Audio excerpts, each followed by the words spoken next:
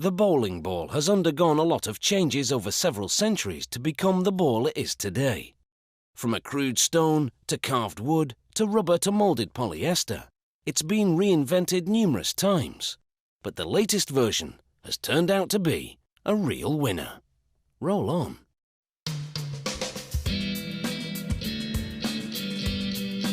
Technological advances have reshaped the bowling ball at its very core. The centre is asymmetrical, which causes the ball to curve towards the pins as it rolls down the lane.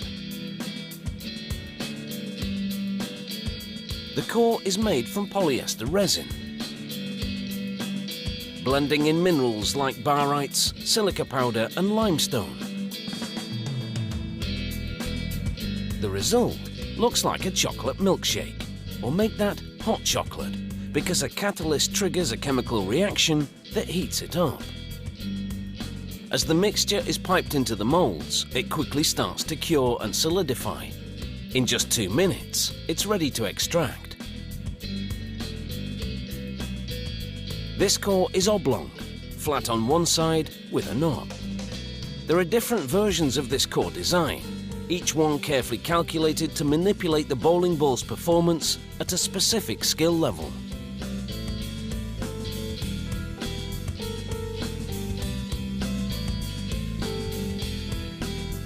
The core is drilled to make a pinhole. This allows the core to be suspended in just the right position in a second mould.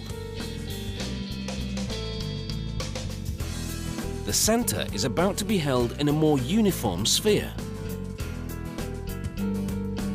The core is pressed onto the bottom part of the mould, and the top is locked into place, preventing any plastic from leaking out. It's a liquid polymer blend. A special chemical in it causes the mix to solidify slowly. It can take days for it to harden around the centre, depending on the formulation and type of bowling ball being made. When a mould is opened, all is revealed. The core is now sealed in a symmetrical polymer shell.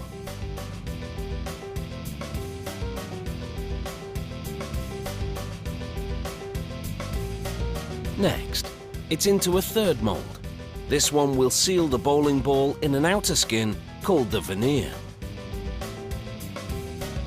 This veneer has been scientifically formulated to enhance the ball's traction on the alley to curve it towards the bowling pins. It's made of colorant, plasticizer, a chemical called ISO, and urethane.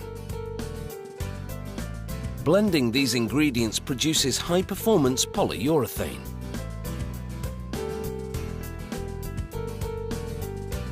As the mix flows into the moulds, a chemical reaction causes it to heat up and solidify in just a few seconds.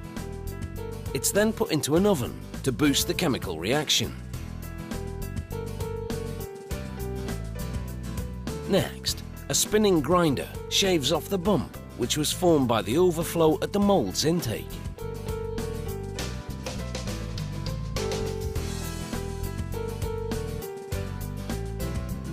With its 3 layers, this bowling ball looks like a big gobstopper when it's sliced in two.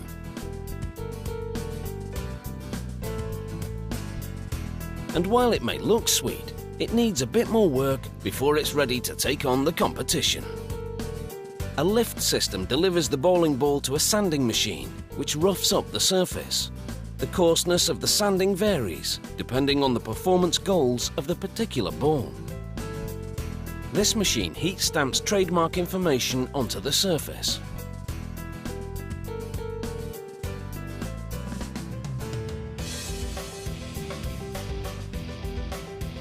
The ball is given one last sanding, as a constant flow of water removes the powdery residue.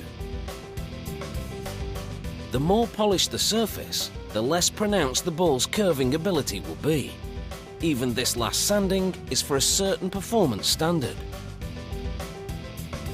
The surface is polished for the last time, and all that's left is to drill the finger holes. With this bowling ball in hand, success should be within striking distance. Watch the lens, move the camera for goodness.